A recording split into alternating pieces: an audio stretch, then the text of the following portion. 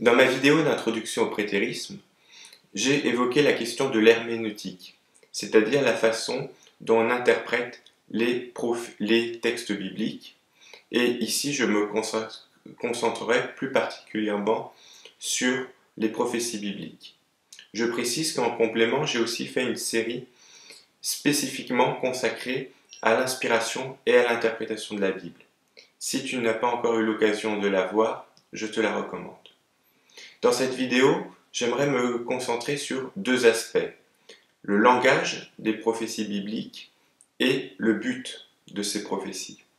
Tout d'abord, commençons par la question du langage. Il y a une idée couramment diffusée dans le monde évangélique qui consiste à croire que interpréter les textes bibliques de la manière de littéralement, c'est être fidèle aux textes eux-mêmes. Il me semble que c'est une grande erreur. En effet, pour être fidèle au texte, il ne faut pas forcément l'interpréter de manière littérale, mais comprendre la pensée de l'auteur. Je vais par exemple te donner un exemple tout simple. Imagine que je dis « Oh, je suis mort de rire ». C'est une expression que l'on utilise souvent en français. Imagine maintenant que quelqu'un, 1000 ans après, voit cette vidéo ou lise un texte où il y a marqué « mort de rire » et qu'il considère que la personne qui a écrit ou dit cela est vraiment morte en rigolant. Est-ce que tu penses qu'il aurait bien compris ce que voulait dire la personne? Non, il fait tout simplement un gros contresens sur l'expression. C'est exactement la même chose pour les prophéties bibliques. Il ne faut pas croire que parce qu'on interprète littéralement ce que disent les prophètes, on est fidèle à leurs pensées. En réalité, lorsque l'on étudie les prophètes, on voit que ceux-ci utilisent souvent des images et des hyperboles, c'est-à-dire des exagérations, pour délivrer leur message. Interpréter fidèlement leurs pensées, ce n'est donc pas prendre toutes ces expressions au pied de la lettre, mais comprendre ce qu'ils veulent dire. Par exemple, si on s'intéresse aux prophètes de l'Ancien Testament, comme Ésaïe, on voit qu'il décrit la chute de certains rois, notamment Babylone, en utilisant des expressions cosmiques, c'est-à-dire qu'il décrit la tombée des astres, des cataclysmes dans le ciel, etc. Mais toutes ces prophéties ne se sont pas accomplies littéralement. Par ces mots, Ésaïe voulait montrer que les changements politiques qui allaient intervenir étaient importants. J'aimerais, pour appuyer mon propos, te citer deux exemples tirés du Nouveau Testament. Le premier se lit tout au début de l'Évangile selon Luc. Luc 3, versets 3 à 6. Et Jean parcourut toute la région du Jourdain. Il prêchait le baptême de repentance pour le pardon des péchés, conformément à ce qui est écrit dans le livre des paroles du prophète Ésaïe. C'est la voix de celui qui crie dans le désert, préparez le chemin du Seigneur, rendez ses sentiers droits. Toute vallée sera comblée, toute montagne et toute colline seront abaissées, ce qui est tortueux sera redressé, et les chemins rocailleux seront aplanis. Et tout homme verra le salut de Dieu. Dans ce passage, Luc cite un texte d'Ésaïe qu'il applique à la prédication de Jean-Baptiste. Dans cette prophétie d'Ésaïe, on voit qu'il est notamment question de changements physiques, géographiques, puisqu'il est dit que les vallées seront comblées et que les montagnes et les collines seront abaissées. Donc les vallées, c'est ce qui est creux, donc elles seront rehaussées, et les montagnes et les collines, donc c'est ce qui est en hauteur, et elles seront abaissées. Et en fait, tout le pays deviendra plat. Si on prend les choses littéralement, il faut imaginer qu'à ce moment-là, il y ait toutes sortes de changements physiques. Or, on voit bien que ce n'est pas le cas. Donc, interpréter, prendre littéralement une prophétie n'est pas forcément être fidèle à son sens. En fait, ici, on pourrait l'étudier plus en détail, mais il y a une signification spirituelle derrière cette métaphore d'égalisation. Un autre exemple peut être pris dans le livre des Actes des Apôtres.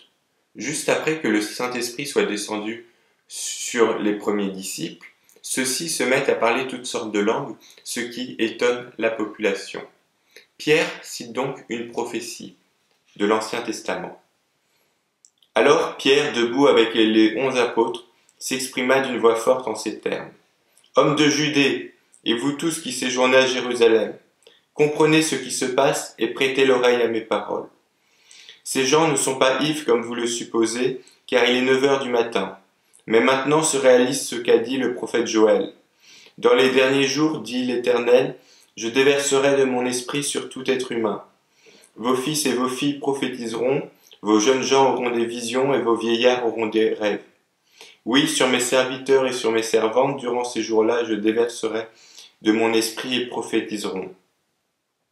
Je ferai des prodiges en haut dans le ciel et des signes miraculeux en bas sur la terre, du sang, du feu et une vapeur de fumée. Le soleil se changera en ténèbres et la lune en sang avant l'arrivée du Seigneur, de ce jour grand et glorieux.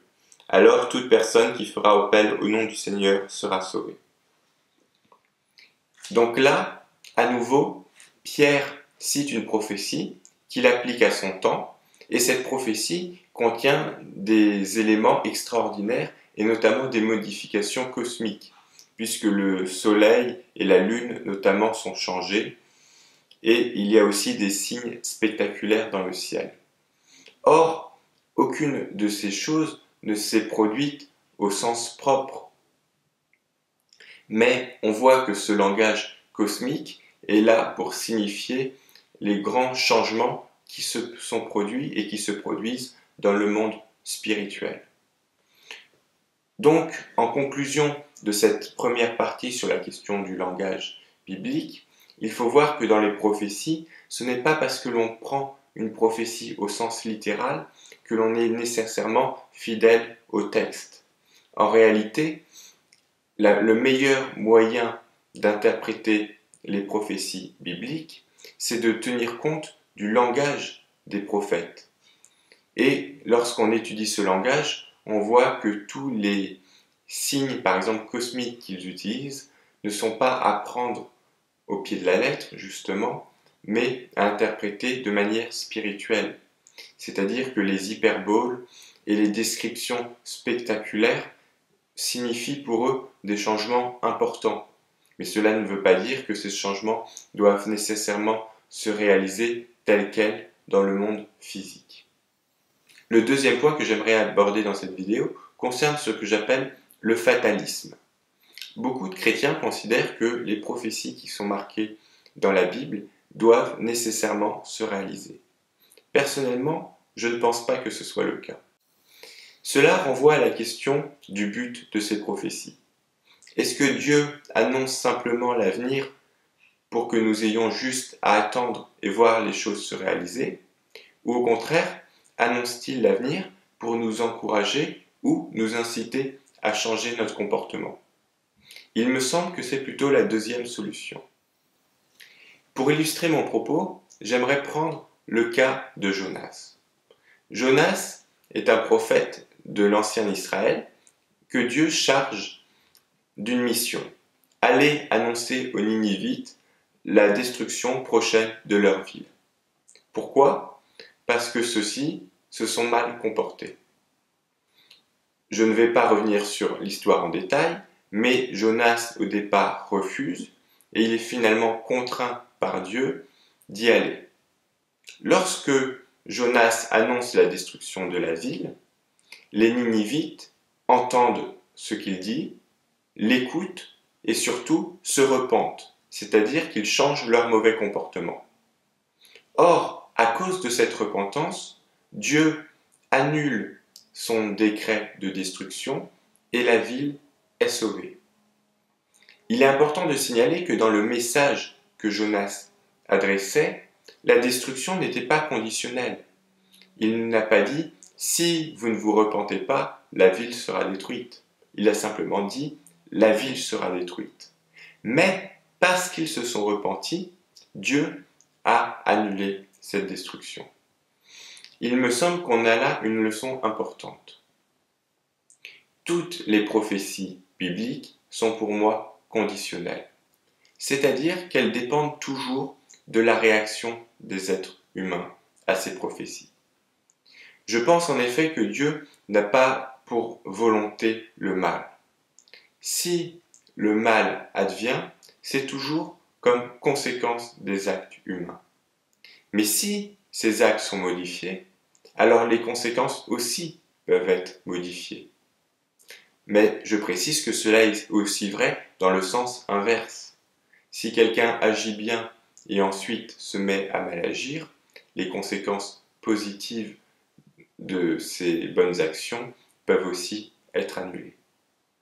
Pour terminer, j'aimerais citer un de mes versets préférés dans la Bible, qui est justement tiré du prophète Ézéchiel et qui, à mon avis, résume assez bien cette situation. Je ne veux pas, c'est Dieu qui parle, que le méchant meure, mais qu'il se repente et qu'il vive. Il me semble que c'est dans ce verset que l'on trouve la clé de toutes les prophéties bibliques. Pour moi, les prophéties bibliques ne sont pas des oracles fatalistes qui annonceraient forcément ce qui doit arriver, mais ce sont au contraire des avertissements que Dieu nous donne pour guider notre conduite. Je voulais aborder ces deux points avec toi au tout début de ma série sur le prétérisme, car il me semble qu'ils sont absolument fondamentaux pour ensuite correctement interpréter les textes bibliques que nous allons voir. Si tu as des questions ou des remarques, n'hésite pas à me laisser un commentaire et moi je te dis à bientôt pour la prochaine vidéo.